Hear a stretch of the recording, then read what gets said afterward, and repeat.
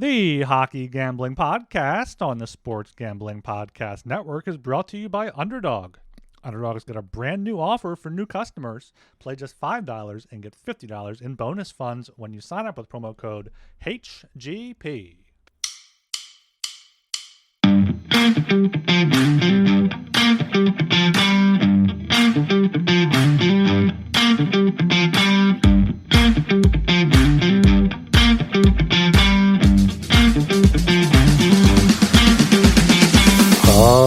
Hello and welcome to the Hockey Gambling Podcast on the Sports Gambling Podcast Network. I'm your host, Ryan Gilbert. Joining me, per usual, is my co-host, Joel Meyer. How doing today, Joel? An early one, and it's only noon over there in Vancouver. Yeah, well, who's the reason behind that? Certainly not me. Getting me out of bed, making me be a normal human being for a little bit earlier than I'm used to. But yeah, because obviously there's the time difference. Noon over here, 3 o'clock for you, so you're well awake. But here I am, crawling out of bed to do my job. Just hanging in, watching some baseball last night. I passed out, I think, before the end of the Dodgers game, but thankfully they did end up covering the run line. Looking forward to Sox-Yankees tonight. Nice, yeah. The Dodgers went down early against the Reds, but they came back. But the Dodgers bullpen also sucks, so should be a good NLDS now starting on Saturday between the Dodgers and Phillies there. We got 5 more teams to get through, 3 more teams today: the Stars, Maple Leafs, and the Vegas Golden Knights. So three pretty good teams to talk about here. You guys know what to do. Make sure you subscribe, like, and comment on YouTube. Rate 5-star review on Apple Podcasts and Spotify. And if you're joining us live, make sure you join us in the chat here. We got a great introduction here from Catfish Dilly with hashtag Ryan Sucks. So get that hashtag going there, maybe. Where did that come from? I have no idea. I don't know where is that coming from. But let's just.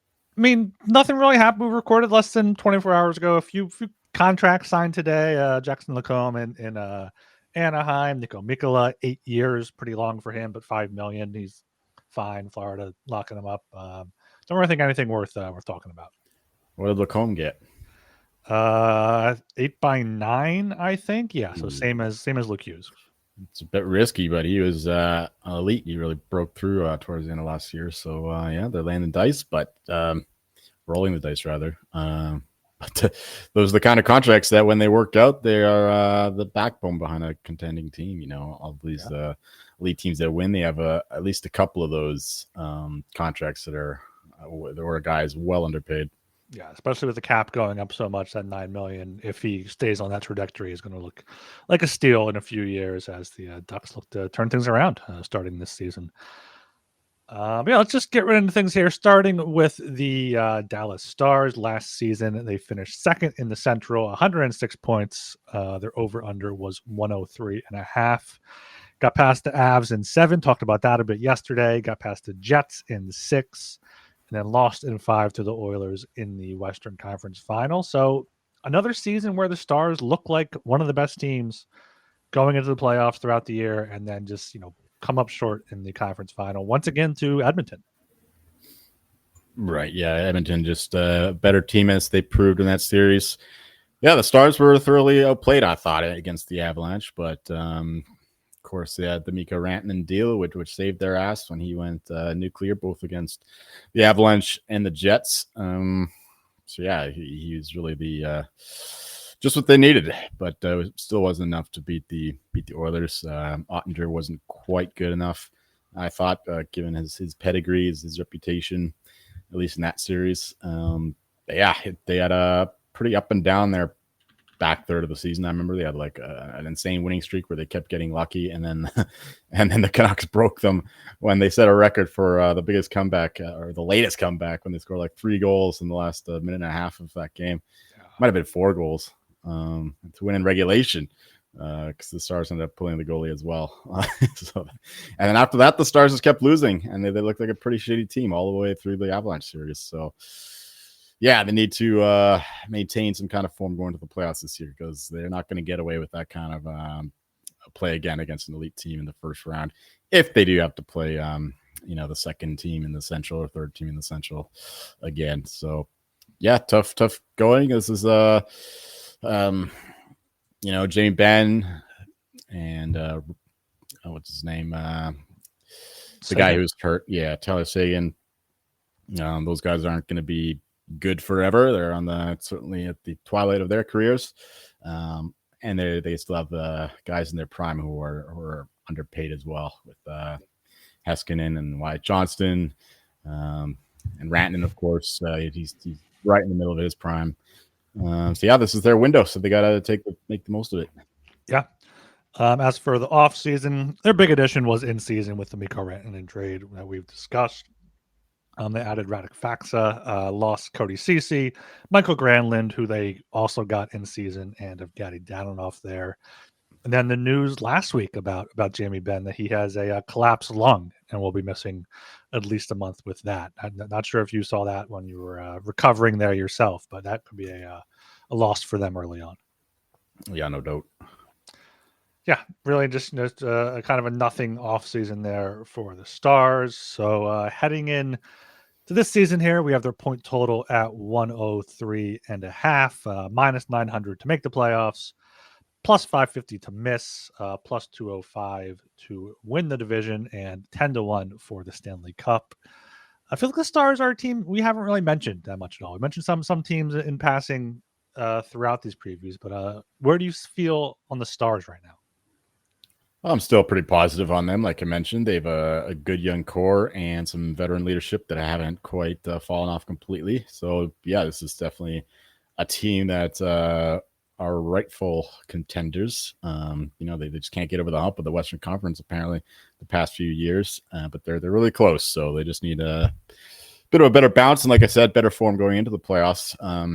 And some more consistent goaltending. I think Ottinger is still a elite goalie, but he's been up and down in the playoffs as well. So those are the things holding them back. But yeah, this is our old guy Ken Barkley.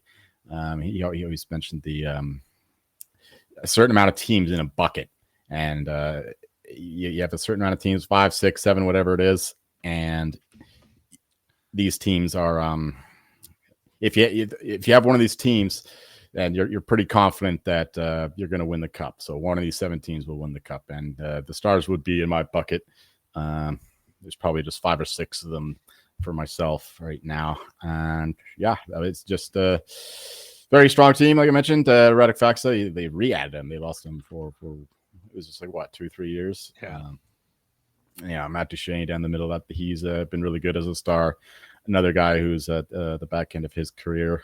But yeah, still provides a lot of value. He's a great playoff performer. And this team is loaded. Maverick Bourque, another year under his belt. Just showed a lot of promise. Wyatt Johnston, my feelings about him. An elite goal scorer, especially in the playoffs a couple years ago. And yeah, this is a team that's loaded. The defense as well, with Miro Heiskanen, one of the best in the league. And Thomas Harley, who really came out last year, especially at the Four Nations, and just carried it forward into his club team. And yeah, Esa Lindell, very solid. The backside, Leon Bichelle, that's another young guy coming up. Ilya Lyubushkin, solid hitter.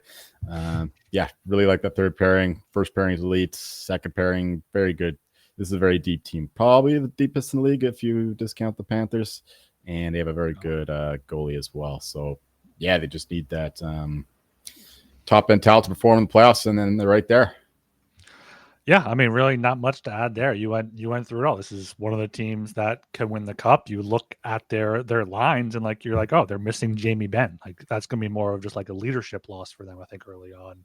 He'll come back, slot in, maybe on the third line for Faksa there. But yeah, Wyatt Johnston on the third line, you know that's a deep team there. We'll see what happens this season with Jason Robertson. He's been, kind of in trade rumors here and there. I think he's in the last year of his deal before becoming an RFA. So maybe they move him out in a big deal at the deadline, depending on what they need. And yeah, as we scroll down there to the defense, that's a great that's like a defense that almost rivals like the Golden Knights. Like that's three really solid pairs there that can do their jobs. Heiskanen and Harley on different pairs, and then that shutdown pair on the third there with Bichel and Lyubushkin, just and Ottinger and net. I mean, they're a team that their ceiling is Stanley Cup champion. Absolutely. You notice on the right side of the screen there, daily face-up, Gold Knights. Jack Eichel is a Hart Trophy dark horse in 2025-26. We'll get to them soon. We'll get to them soon. Yeah. All right. Yeah, we do. We are talking about them tonight. Yeah. So anything else here? Just want to get into more into the odds. Any player awards worth looking at? We don't have Archer in the chat to shout out anything. I don't know, Jason Robertson, if he can go off with the Rocket Richard, but his odds are probably too low now. I remember he's like 101 last year or the year before. Probably are you doing your annual donation to the Wyatt Johnston for Rocket Richard Fund? I think his odds are lower too. I haven't really looked at that. I just bet Jack Eichel. Wyatt Johnston 75-1, Robertson 100-1 in the so still pretty good. Richard there. I don't hate those. Yes, that's not bad. But now they have Rant in there. He's going to soak up a lot of those goals. So that's true. Can any of those guys? I don't think any of them can get the Hart though. Really, they're too spread out. Mikko is 75-1. I mean, he was the runaway Conn Smythe favorite if the Stars were going to win the cup, or even he might have won it in a losing effort if he kept up his pace there. So 75-1 for him, especially if the Stars win the division. If he's a big part of that, that could be a worthy long shot bet for any Stars fans out there. Yeah, it's nothing to say about the player awards really. Norris, Harley and Heiskanen 35-1, too short. Vezna's interesting, but 15-1, that's not good enough for the Jake Ottinger there. So that's pretty much it. Maybe a long shot Hart or Rocket Richard on Mikko or Jason Robertson or what have you there. Right. But the odds like I said, the last show, I think it was the last show, Avalanche and the Stars, I think, are the rightful two favorites to win the division. It's really just pick your horse. I think the Avalanche should be a little bit shorter, but nothing that I bet there. But the points, I think that both teams are going to be in the mid to upper 10s, whatever you want to say that, 105 to 110, something like that. So I would take the over on the points here for the show bet. But if you don't hate locking up your money forever, the cup 10-1 is not the worst bet you could make either. Yes, you're taking the over 103.5 there at minus 115. Yes. How many units on that? 3. You got 3 units on that one. I might go with the same bet there. I was trying to see 110 points is plus 220, and at that price, probably just take the division plus 205. I took the Avs to win the Central, so I can't take the Stars to win the Central. I'll be boring and take the same bet. I don't want to do 3. I don't want to do the same exact amount of units. So. 3.15. I'll go. I'm just deciding between 4 and 2, and I feel like I'm more confident in that than I am less confident. So I'll go 4 units. I'll go a little bit bigger there on the Stars. Perfect. Okay, we are brought to you by mybookie.ag. MyBookie is your place to bet on football and everything else. Their prop builder is second to none. Their motto is bet on anything, anywhere, anytime. Easy deposit and lightning fast payouts using crypto. Head to mybookie.ag. Promo code SGPN for a bonus, 100% bonus, bet back bonus up to $500 for new customers. That's mybookie.ag. Promo code SGPN. And we're brought to you by Novig. Novig is America's #1 sports prediction market. Since Novig is an exchange, you're getting some of the best prices in the market. Novig is available in 35 plus states. Download the Novig app and get $50 when you spend $5 if you use promo code SGPN. Get in on the action with Novig, promo code SGPN. All right, we are moving along here to Toronto Maple Leafs and a little pre-show chat. made me realize I'm a lot higher on the Leafs this year than you are. I am. Well, I'm a big fan of Mitch Marner, at least in the regular season, and that loss is not really being reflected in the market. They have pretty much the same total as they did last year, maybe a couple points fewer, but Marner is certainly worth more than that. I know they made a couple nice additions to, I don't know, provide some more depth than they had last year, but there's no replacing a top 10 player in the league in Mitch Marner. So this team is going to be weaker. Of course, the big wild card would be Austin Matthews, who certainly underperformed last year. He was in and out of the lineup with some mysterious injuries. Some say back, some say wrist. He ended up going to Germany. Yeah, I mean, he must have gone to Turkey as well.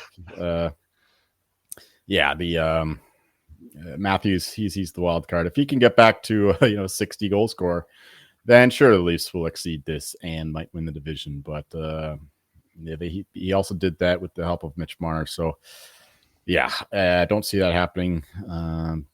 Let's go over last season first before we get into the bet. I mean, more of the same. You're the one who brought up the odds. I know. I did that poorly there. But yeah, more of the same kind of last year for the Leafs. Great regular season. Did finally get past the first round, but really only because they won the Atlantic and matched up with the Senators in the first round. Beat them. Spoiled that. Beat them in 6 there. Of course, lost to the Panthers in 7, and they went up 2-0 in that series, right? I'm not misremembering. 2-0. They had a lead in game 3 overtime.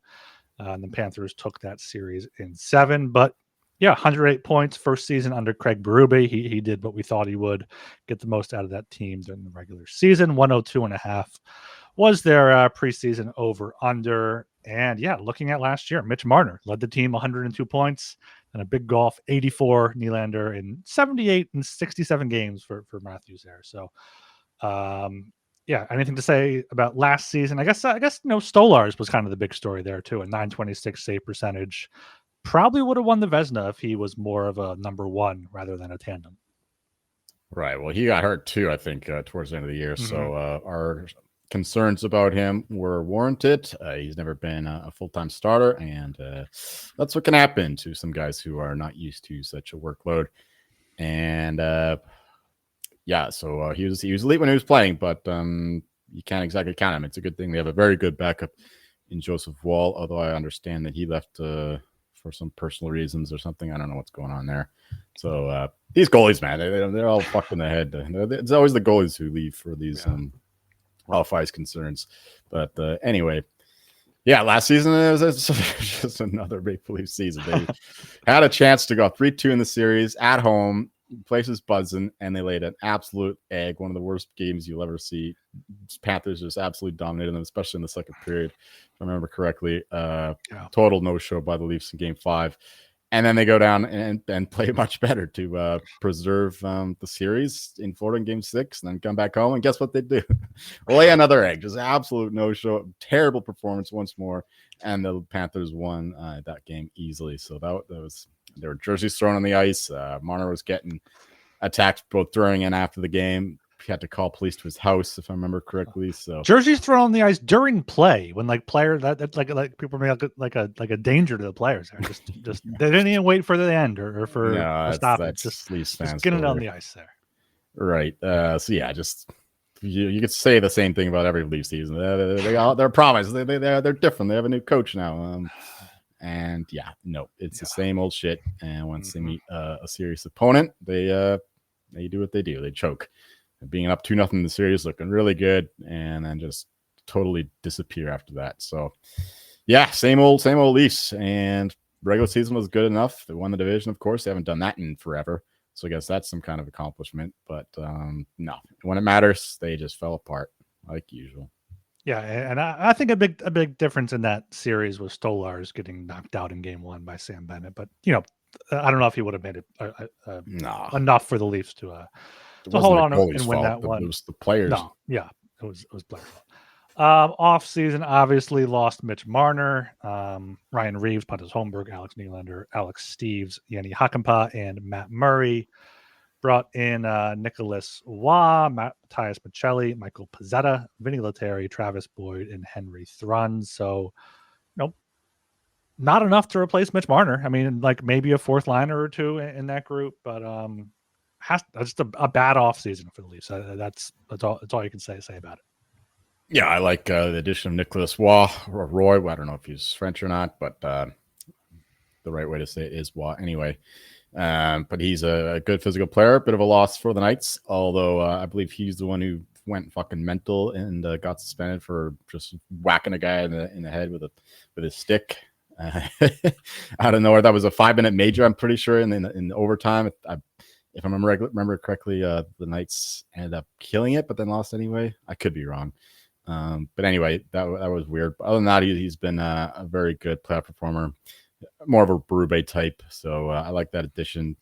Machelli, that's another interesting one. Very promising a couple years ago, just a total playmaking stud. But last year, he was healthy scratched a lot in Utah, which is not exactly an elite team. So they're taking a chance on him. They traded what was it, second or third rounder for him, and ended up paying him a little bit of money. But if he can play like he did a couple years ago, then that's an absolute steal.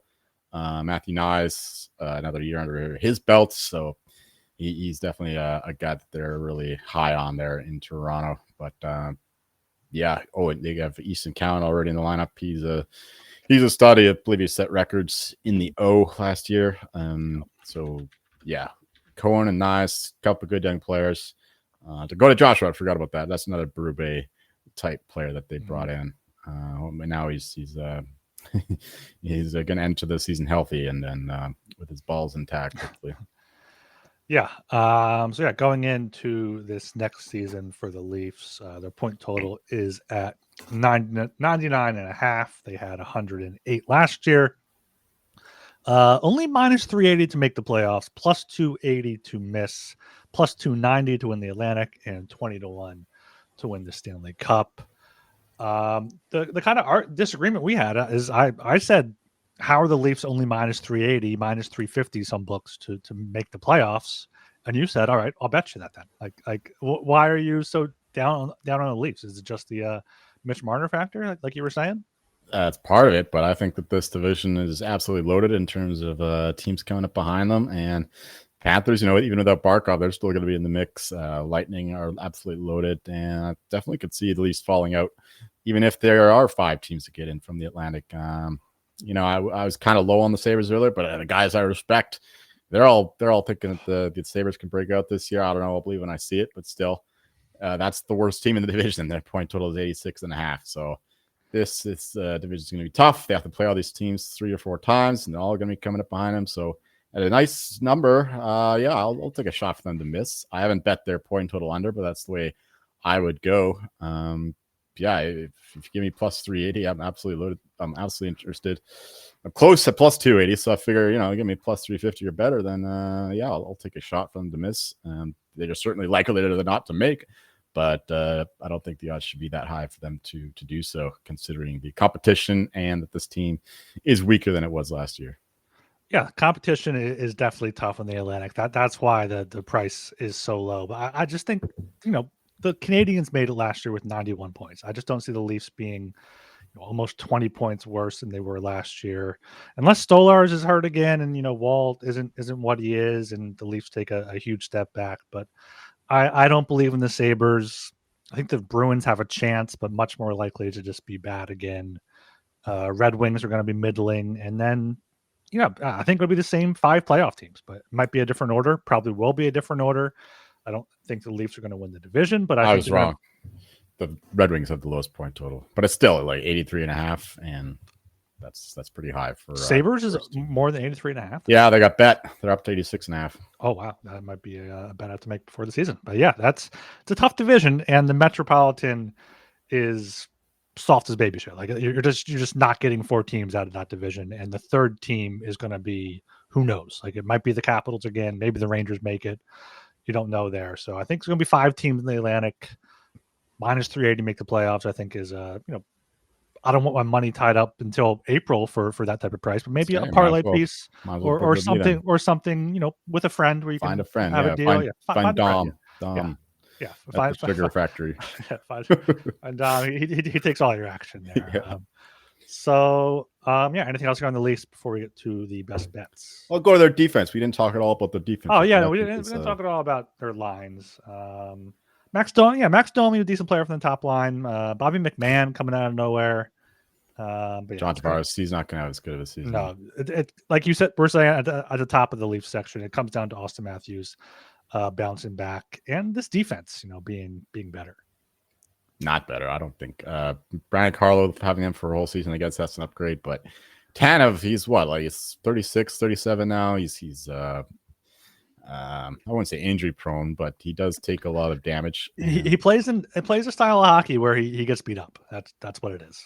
Right. Morgan Riley, he's increasingly a liability. Oliver Ekman-Larsson, he's not as good as he was in Florida. So I don't really like this defense at all. There's no true number one guy. There's no offensive punch. Power play is increasingly tailed off year over year. That certainly won't improve now without Marner. I just don't like this defense at all. Yeah, I think Carlo will be a big improvement because looking at their defense from last year, I mean, their guy that averaged the most was Jake McCabe, Morgan Riley, OEL, Tanev, and then it was like Dakota Mermis, Simone Benoit, Connor Timmins, Phil Myers, like Hakanpää. Like getting Carlo in there is at least a solid second pair guy could be decent for them, but yeah, they have to be better than decent given the depth there. Okay, let's go to best bets for the Leafs then. I'm taking them to make the playoffs, minus 380 for my max 5 units there. Okay. I would go I guess we can go opposite here. Let's go miss the playoffs, plus 280. All right. Just do 1 unit. Right. I also like the under 99.5 for the record. Yeah, under 9.5 there is minus 115 at a DraftKings, but you might be able to shop around and get a better price there. Okay, we are brought to you by Underdog. Underdog is a great place to play fantasy pick'em, where you can win up to 500 times your entry. Simply pick higher or lower on your favorite player stats. Available for a ton of sports. Underdog's got a brand new offer for new customers. Play just $5 and get $100 in bonus funds when you sign up with promo code HGP. And Rhythm is off to a great start in college football and the NFL. They got a new leaderboard with weekly cash prizes just for tracking your bets in the app. Track 5 bets of the same type from any model you create, and you could win $1,000.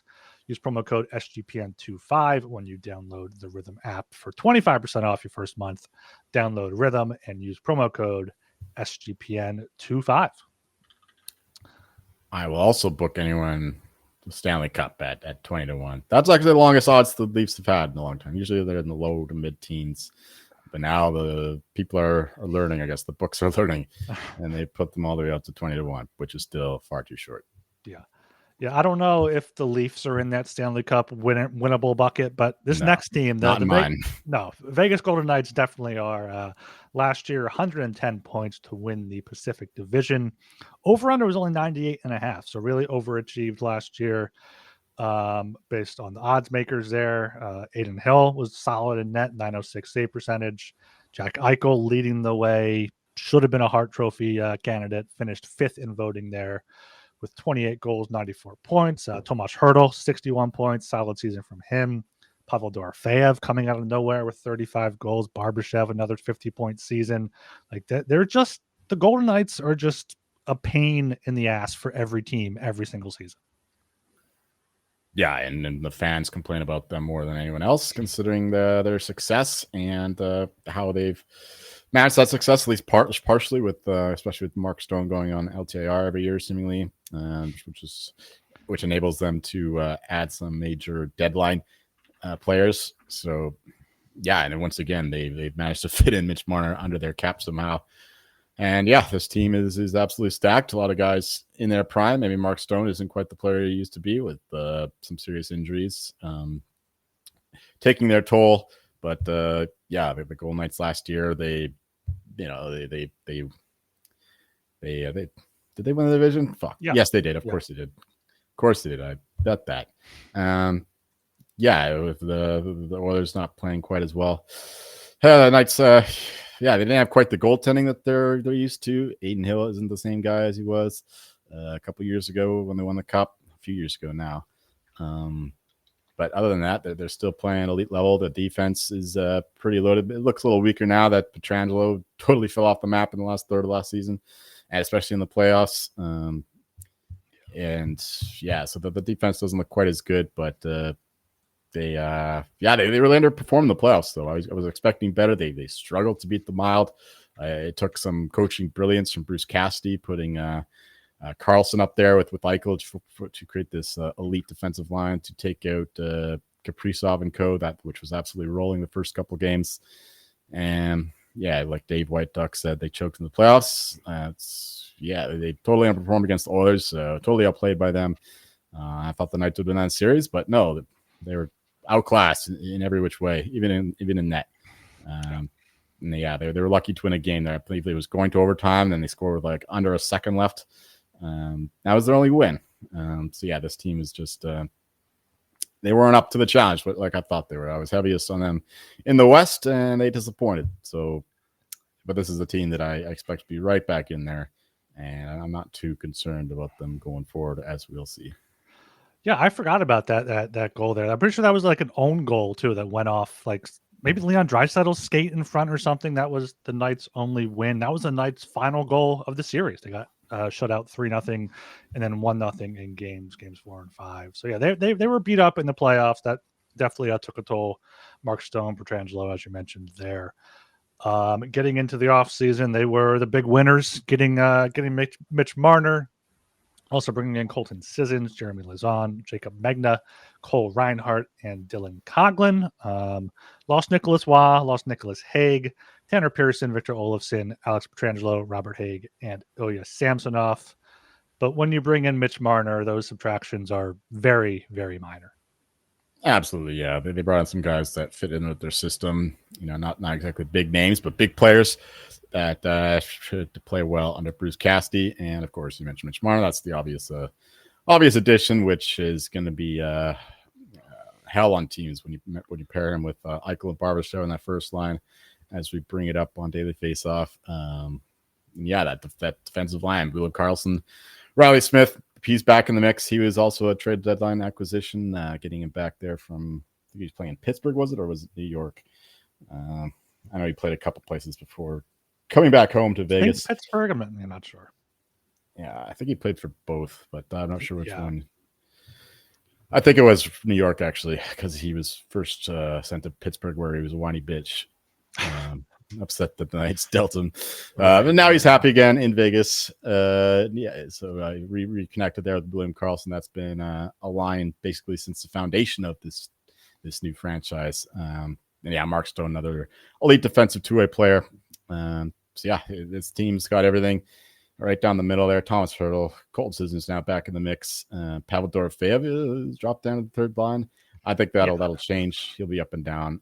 Elite goal scorer. He really broke out last year, getting close to 40 if I'm remembering correctly. 35, yeah, 35. Yeah, Brandon Saad there. He's another guy who's rejuvenated his career after being pretty shit in St. Louis. I thought that he was pretty good for Vegas. Yeah, so this team is pretty stacked there. Yeah, I mean, they have a bunch of wingers that are going to be moving around. But when you have Marner, that can be locked in top line. Barbashev is a guy that fits there with Eichel as well. Like, it's just a matter of finding their combinations. And, Karlsson isn't what he once was. But, I mean, if he's the 3C and Hurdle's the 2C, they swap around. Saad was a good addition last year. Dorofeyev, Smith, Stone. Like, they have the depth there. And then on defense, they're still the Golden Knights on defense, even without Pietrangelo. They got McNabb, Theodore, Hannafin, Whitecloud, and then Lauzon and Korzak. Just want to see how that third pair does, but I mean that's a pretty solid top four as you can have without having like a true number one. Right. Yeah. Some people are saying that this defense is actually pretty weak, but I don't see that. I mean, the Shea Theodore is not a traditional elite number one, but I think he's good enough, as he proved a few years ago when they won the Cup. Mixed with Pietrangelo is still playing elite level back then, but still, he's a very good defenseman. And there's every possibility that they'll bring in Rasmus Anderson, who is once again almost certainly going to be traded from Calgary, and apparently he only wants to go to Vegas. So we'll see if that happens. I'm sure Vegas will find a way, as they do. They always get the player they want. So yeah, there will be an addition here on the back end. That's what I'm expecting and hoping for. But even without him, this team is still pretty good in the back end as well. Yeah, still a great depth team that we always see out of Vegas there. And in net, they have Aiden Hill and Akira Schmidt. Akira Schmidt's been able to step up at times, and they've been rumored around Carter Hart too. So if they bring him in and he can be okay there, it's just another. Yeah, I'm surprised Edmonton didn't do it. That's their kind of guy. A guy who's bad reputation or what have you, and he's from Edmonton, if I remember correctly. Yeah, I think he's from Alberta. So so I thought he was going there, but Vegas is right in the mix for him now. Yeah.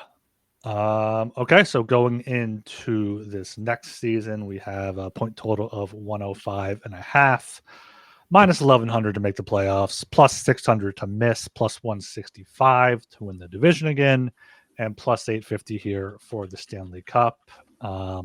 I'm sure you got a much better number on the Knights, but how would you attack them here? Yeah, I mean, I don't really bet Stanley Cup futures so early, but I knew that this number would go down once the Marner thing was official, so it was easy. Grab the 12-1, grab the division plus 250, and both prices obviously shorter now, but I still don't hate them. Definitely a team in my bucket there in the West, the Golden Knights, and I think that they should still be shorter to win the division. We've been over how we don't expect the Oilers to go all out in the regular season, saving their juice for the playoffs, especially considering they've been to back-to-back finals. So there's a lot of wear and tear on their skates, so to speak. So yeah, this team is the rightful favorite to win the division now. And the points, I think that they'll get to the upper 100s again, 106, 107, 108, that's their kind of range. And yeah, the playoffs is no doubt of there, minus 1,100. So yeah, very high on this team. Some award stuff too with Jack Eichel, both to win the Selke and the Hart. I think that with Marner on his line, he'll be feeding him.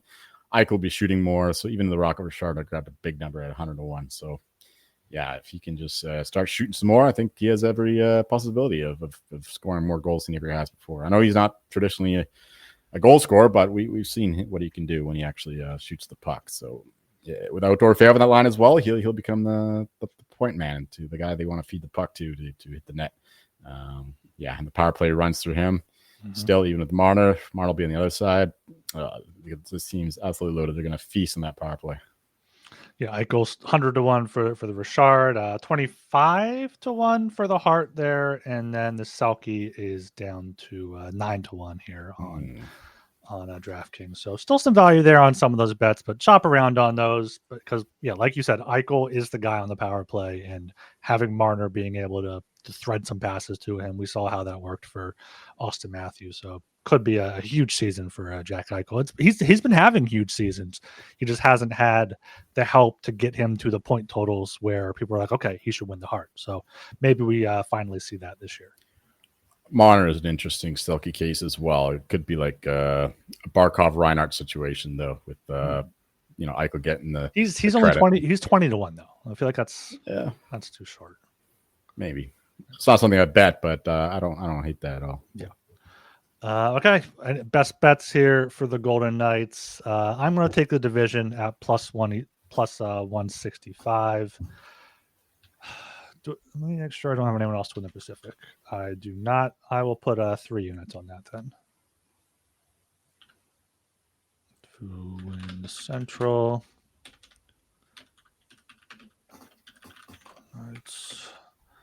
What are you taking for Vegas here? I was gonna do that, but whatever. I'll stay true to the cause. Give me Eichel to win the Hart.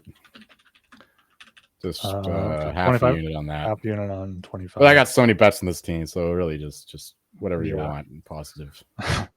Yeah, bet the Golden Knights, and you'll probably come out positive at the end there. I think so. Okay. So. that's the 3 teams for this show. Had the Stars. We're both on the over 103.5. Had the Maple Leafs. We're going to war. I got make playoffs. You have miss playoffs. And then Golden Knights, I have win division. And you have Eichel for Hart there. The YouTube video around the 39-minute mark. Make sure you comment, like, and subscribe while you are there. Joel, anything else here before we close it out? No, not really. I'm just gonna take it easy again. It's a bit of a moody day, so I'm not feeling too bad about not being able to run around outside.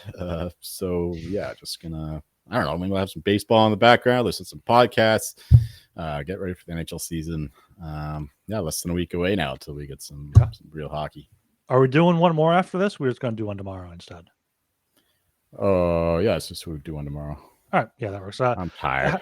How can baseball get casual fans involved more? Because I feel like playoff baseball is when people that don't like baseball should watch baseball to become fans, because every inning, every pitch matters that much more. I know the regular season's always going to be long. Like, if they shortened the innings, if they like made the strike zone smaller, like, would there be anything like that? No, not for me. You just would never. Just because nothing else is on. Baseball fan. Okay, fair enough. Wait, we got what? Rams Niners tonight. Yeah, go Mac Jones. I bet the Niners plus 8.5 and the over 44. Believe in Mac Jones. Famous last words. All right, yeah. So like, subscribe, comment, all that good stuff. We'll be back tomorrow afternoon. Finish up our team previews. Follow us on Twitter at HockeySGPN. I am Ryan Gilbert. You can follow me on Twitter at rgilbertsop. I'm Joel Meyer. You'll find me peeling off dead tissue as my body continues to heal from its trauma.